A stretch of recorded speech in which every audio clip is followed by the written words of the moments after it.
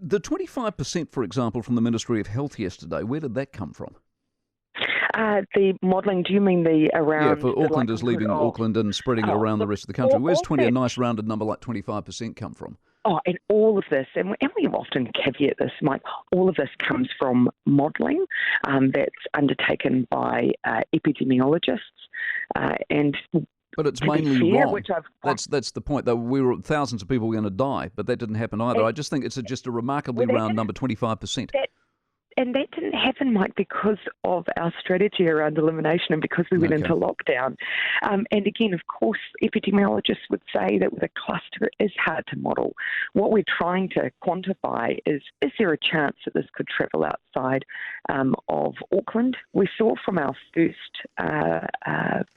wave of cases that we did have a lot of travel. Remember very early on, one of our early on cases in Auckland, that individual travelled to Palmerston North before they were found to have COVID. The chances of that happening, it exists, and it's just keeping in the protections. I'm in the South Island right now, and I can tell you, people remember the Hereford Bill conference. They remember the impact of the Bluff wedding. They know that just one case at an event can have a significant effect. And so I think there's actually pretty fair and reasonable understanding of why we're doing what we're doing. The claim that the economy's bounced back isn't true, is it? Well, I wouldn't quite overstate it in that way. What I was setting out yesterday is card spending. So there are only certain measures we can use in the short term, Mike, other than when we're waiting for that wider data to come through. One of them's card spending, one of them's traffic volumes. On both those measures for Auckland, they did rebound. But that's simply because we were locked down. It's pent-up demand. It's not ongoing. You're painting a picture of the economy that isn't real. It's still 20% below what it was. Mike, I, of course, alongside everyone else, is very, very openly acknowledging that, of course, our economy, as part of COVID, like every other economy, is taking a hit. What I am pointing out is that those, in the short term from the last wave, it does appear that people have climatised quite well. Whether it's pent up, I would question that a little bit. You've got a week's worth of data. It's pent up. People came out, few shops open, people went out and spent the money they couldn't spend before. I'm looking at the chart. It's pent up data.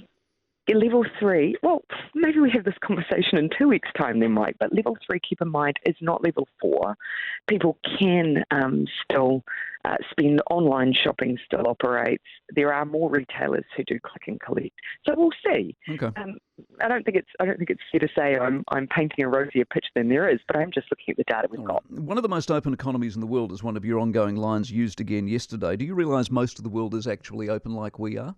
And we're not actually that different from the rest of the world at all? We have been very V-shaped. Our lockdown provisions were short and sharp. So yes, when you compare those restrictions, they were heavy in that short period of time. But when you look at the way in which we were open and removed those restrictions quite quickly... So that's retrospective is what you're now arguing? Sorry, what was that? That's retrospective. Most of the world's open now. It's about as open as we are. We're nothing special. No, even when you look at our level 2 restrictions, in some places they are going back in to heavy restrictions again. You just look very at few what of them. France is facing.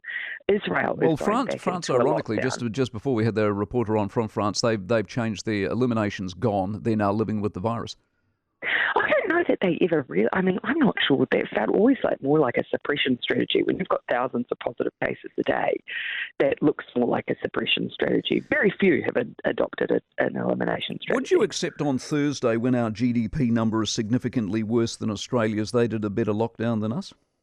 No, not necessarily, because, of course, we have an elimination strategy. Theirs was suppression. And too early to say when you look at Victoria what the long-term outcome for New Zealand's economy will be relative to Australia. So I've always said this to you, Mike. Time's going to play out. Let's assess it once we're through it. We're not through it yet. Appreciate your time very much. Jacinda Ardern, Prime Minister.